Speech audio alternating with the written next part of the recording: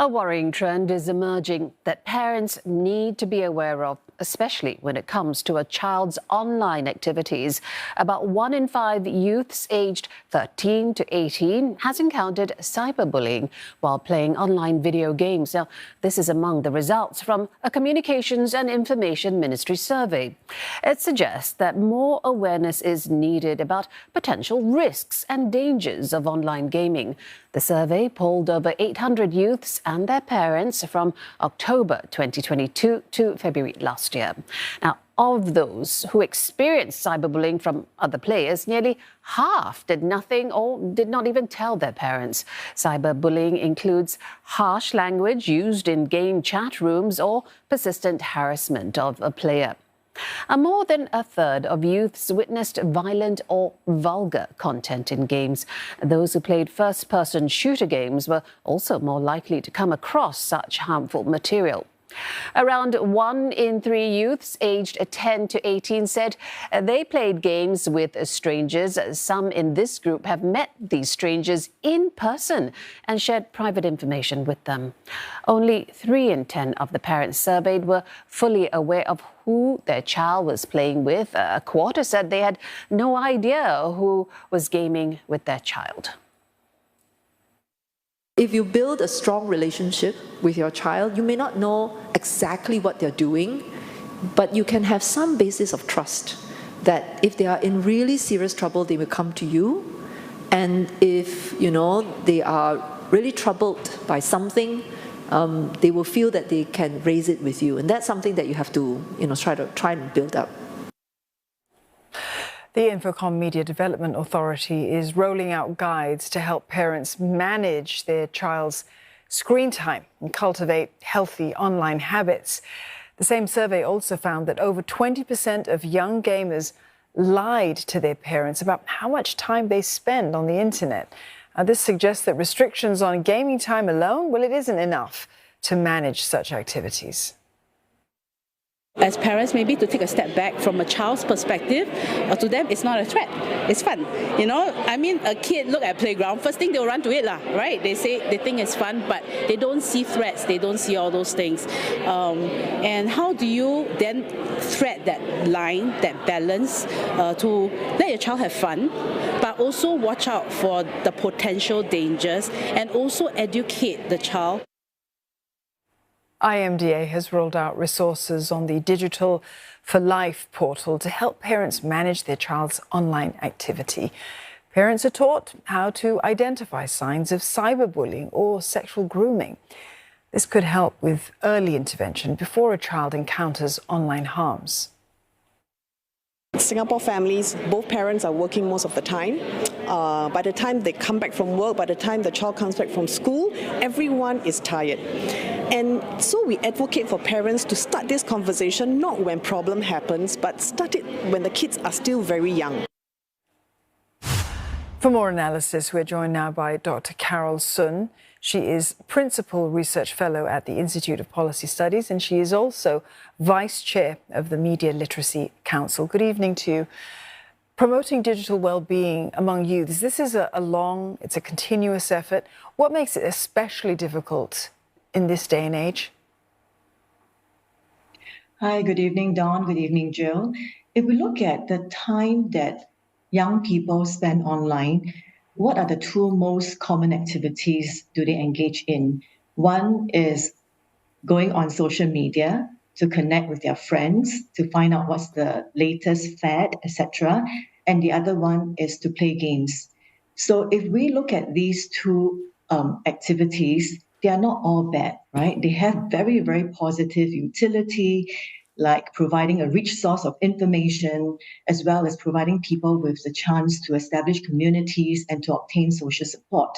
But if you look at the evolution of social media in the past 10 to 15 years, what we see is that they have become more and more effective and successful in meeting very human needs, like the need for validation, the need for socialization, and the kind of algorithms that we see nowadays are hyper-personalized, which means they are even more effective in doling out content and recommendations that appeal to people's predisposed preferences and predisposed beliefs. So all these make social media and even games highly addictive, and they keep people on. We hear the term going down the rabbit hole. This exactly is what it means, right? When we go onto social media or when we play games, 15 minutes become an hour or more.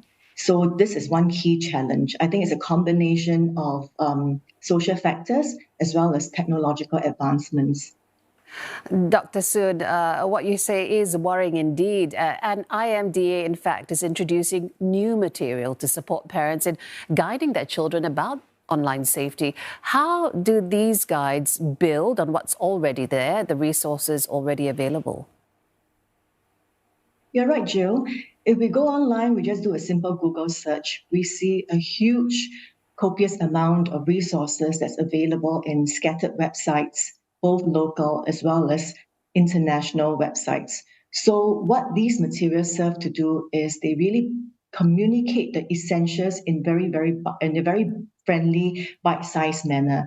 And I think more importantly, the information is organized based on digital milestones. Now, what do I mean by digital milestones? I'm talking about, say, first screen, first device, and first social media. So underpinning it is the message that we want parents to be involved as early as possible when their child get hold of the first device and when their child get their first social media account. What I think is also useful about these material is they do not paint a doom and gloom picture of technology and device use. The information is actually very, very balanced, acknowledging the pros and benefits of tech and device use, but also highlighting and distilling what are the simple, small steps that parents and caregivers can take to ensure that the experience of using social media, using devices is safe and productive for their children. Yeah, Dr. Sun, we can't escape device use for children, for youths as well. And I think that many of them navigate, especially the older ones, they navigate the internet quite independently, quite sort of in a savvy way. But to what extent might they copy the online habits of adults, like even their parents? I mean, can parents set perhaps good examples for better habits for their children? That's a great point. We talk about teenagers, but I think a lot of modeling happen when our children are young. So we're talking about even as young as toddlers, all the way to primary school, and if we're lucky, lower secondary school. That's when they turn to parents as role models, either intentionally or unintentionally. And you're right, this is where parents play a very important part in setting positive examples that inspire their children to use technology and devices in a healthy way. Then when we talk about the older children, teenagers or even young adults, really it's not so much of modeling, but they do look at their parents and wonder if their parents are credible, authoritative sources of behavior and information for them. So for parents, I think there are some very fundamental things that we can do. Number one is we really do have to set boundaries. And when we set boundaries for our children, we should be sure to observe the same boundaries, whether it's boundaries in terms of space or boundaries in terms of time.